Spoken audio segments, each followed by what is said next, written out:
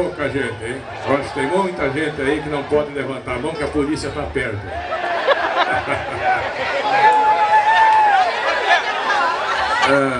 Mas eu sempre digo para as mulheres que não se preocupem, porque a mulher, mesmo sendo incomodativa, um homem sem mulher não vale nada. Agora o que incomoda, incomoda. Então vamos prestar homenagem para as mulheres também, pelo Dia Internacional da Mulher, agora domingo, né? A homenagem a todas as mulheres, a mulher brasileira, que é uma das mulheres mais bonitas do mundo, principalmente a gaúcha, o mundo sabe disso, né?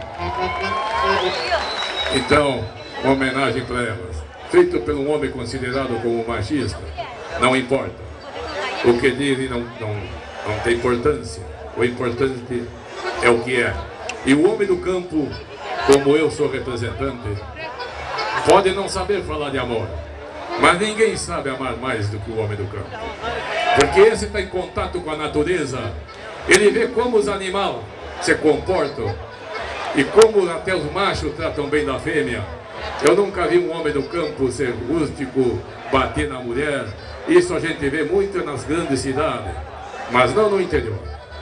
O homem do campo, como já disse, ele não fala de amor, até porque o amor não se revela falando e nem cantando. O amor se revela amando, simplesmente amando. Nós queremos fazer um agradecimento ao prefeito Davi Gilmar, ao vice Adilon Lopes, ao secretário